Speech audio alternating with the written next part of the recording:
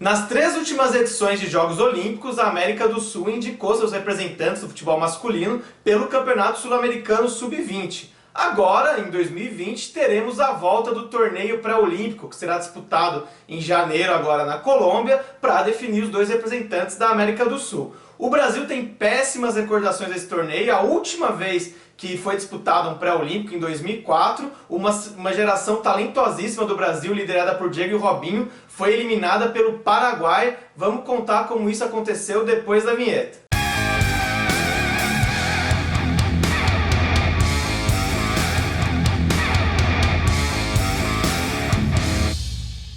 Naquele ano de 2004, a seleção olímpica, que acabou sendo só pré-olímpica, não se classificou para a Olimpíada, era comandada por Ricardo Gomes, que vinha credenciado por um bom trabalho no Juventude anos antes e tinha uma geração talentosíssima. Do Santos, campeão brasileiro 2 anos antes, estavam presentes o zagueiro Alex, o volante Paulo Almeida, o meia Elano e a dupla Diego e Robinho.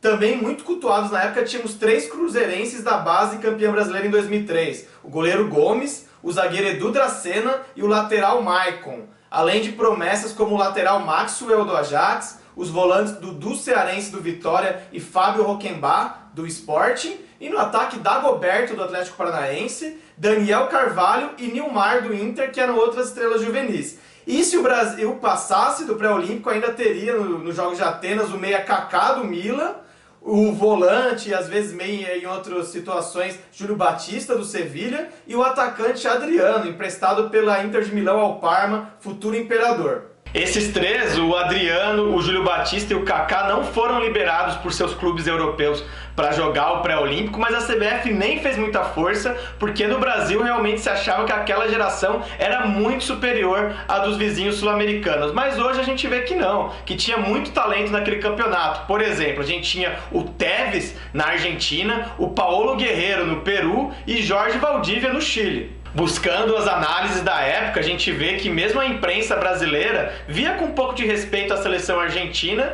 mas no mais achava que era mera formalidade o Brasil passar por aquele pré-olímpico. Tinha 2 vagas e o Brasil naturalmente ficaria com uma delas.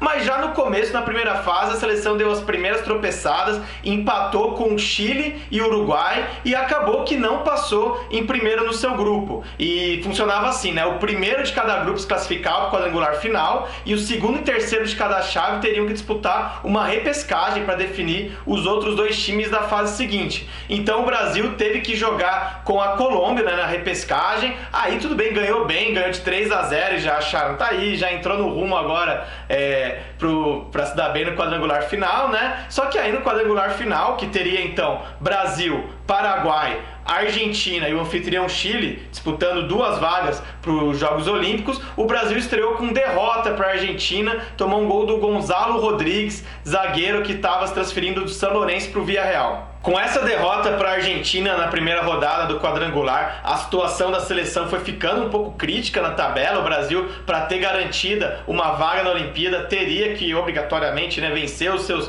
2 jogos para ter certeza de que conseguiria a vaga, mas ainda assim o clima ainda era descontração entre os jogadores. Essa foi a marca durante todo o pré-olímpico, um grupo que fazia muitas brincadeiras. A brincadeira que se tornou mais conhecida foi um pouco antes da competição começar, na concentração, quando o Diego foi dar uma entrevista e o Robinho foi lá, uma entrevista pra TV, né? E o Robinho foi lá, abaixou o calção dele na frente das câmeras. Isso não foi punido, era um comportamento que até era incentivado pela comissão técnica, que via a alegria do grupo, a descontração como algo positivo. E na segunda rodada desse quadrangular, a alegria voltou a campo também, porque o Brasil fez uma boa partida contra o Chile, ganhou por 3-1 e foi beneficiado por uma vitória argentina contra o Paraguai. Assim, o Brasil não precisaria mais vencer a última partida contra o Paraguai, jogaria pelo empate e aí a confiança foi às alturas, porque na primeira fase o Brasil tinha jogado já com o Paraguai e vencido muito bem, ganhou por 3-0,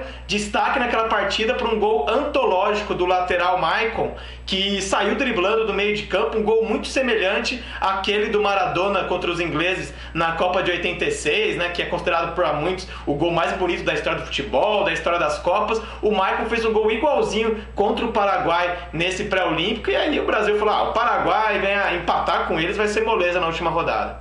O Brasil tinha dado um passeio no Paraguai na primeira fase, mas o jogo que entrou para a história foi o da última rodada do quadrangular final, no qual o Brasil não conseguiu se impor em nenhum momento. Pelo contrário, o Paraguai vinha melhor no jogo no primeiro tempo e aos 32 minutos ainda da primeira etapa, o De Vaca aproveitou um cruzamento do Edgar Barreto, fez um gol no goleiro Gomes. O Brasil tentou reagir no jogo inteiro, mas não conseguiu chegar ao empate. O resultado final: Paraguai 1-0, Paraguai e Argentina classificados para as Olimpíadas, Brasil eliminado, e pela primeira vez a dupla Diego e Robinho, que era super badalada desde o título do Santos em 2002, foi questionada. Muitos dos jogadores daquela seleção olímpica brasileira justificaram o desempenho instável no torneio pela parte física. Reclamaram do torneio ser disputado no início de janeiro, bem no início da temporada. Com 18 anos, o Diego disse: "Acho que foi um erro coletivo. Eu tinha vontade, mas a perna não ia. Não rendi o que posso. Vou ser completamente diferente profissionalmente e pessoalmente." O Diego era muito novo e ainda jogaria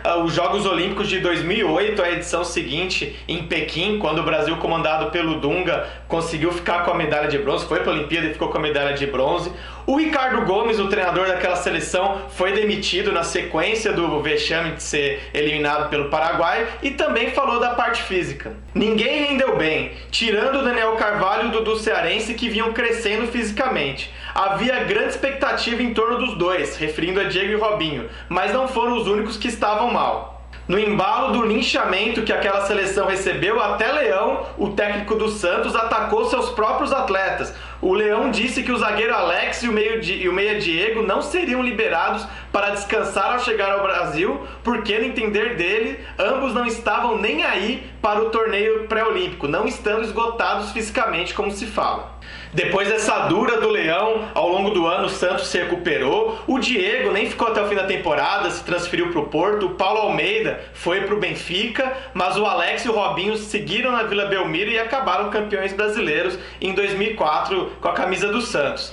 E os adversários sul-americanos que tiraram a vaga olímpica do Brasil fizeram muito bonito nos Jogos de Atenas, fizeram a final olímpica, que foi vencida pela Argentina por 1-0. A Argentina, que era treinada pelo El Loco Bielsa, teve nesse torneio o Tevez, também Saviola, Mascherano, D'Alessandro, Lúcio Gonzalez, todos os jogadores ali promissores. Venceram o Paraguai, que tinha como grande destaque o zagueiro Gamarra, que ocupou uma das vagas permitidas para jogadores com mais de 23 anos, e o Paraguai ficou com vice, mas essa na verdade é a única medalha olímpica da história do Paraguai. Quem quiser saber mais, a gente tem um post no Última Divisão, a gente fez uma série sobre países que tem só uma medalha olímpica e a gente conta direitinho toda a história desse pré-olímpico, mas também da campanha Paraguai em Atenas. Esse vídeo é patrocinado pelo aplicativo OneFootball. Acesse o link na descrição, baixe o aplicativo, diga lá qual é o seu time preferido e acesse as notícias,